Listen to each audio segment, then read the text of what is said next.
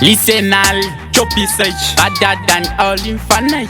People, dabuda bobo, jauya Chistubborn, right for sure. Vakandisetera zvitsiga, anzuka dona uchatsika, kundremedza mutoro ndigotsika, anzaona tsika, manje susu tokusika, Tovapondera Musaga ukwisa mugomba rakatsika. Ndotamba Irikurira, ndipere majaifi, kokutye zvangu ndichiri alive, kujamba ngoma svika mangwana na 5.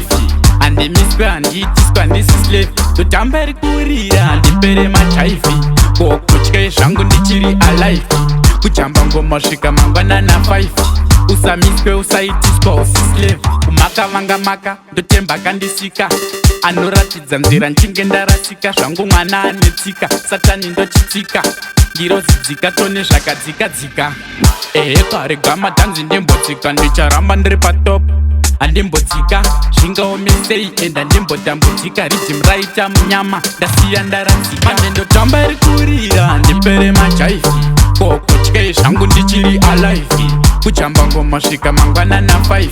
Andimiswe handiitiswa ndisi slave. Ndotamba Irikurira, ndipere majaifi, kokutye zvangu ndichiri alive, kujamba ngoma svika mangwana na 5.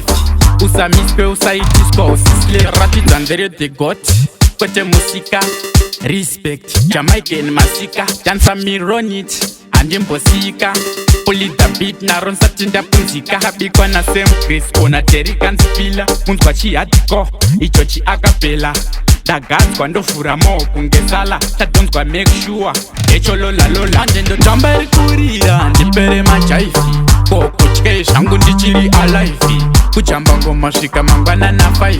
Andimiswe handiitiswa ndisi slave. Ndotamba Irikurira, ndipere majaifi, kokutye zvangu ndichiri alive, kujamba ngoma svika mangwana na 5.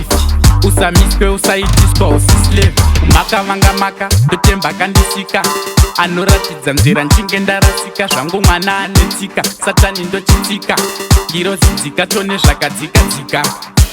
Kare gama dhanzi ndimbotsika, ndicharamba ndiri patop, handimbodzika zvingaomesei enda ndimbotambudzika. Riddim raita munyama ndasiya ndaradzika. Manje ndotamba Irikurira, ndipere majaifi, kokutye zvangu ndichiri alive, kujamba ngoma svika mangwana na 5. Andimiswe handiitiswa ndisi slave. Ndotamba Irikurira, ndipere majaifi, kokutye zvangu ndichiri alive, kujamba ngoma svika mangwana na 5.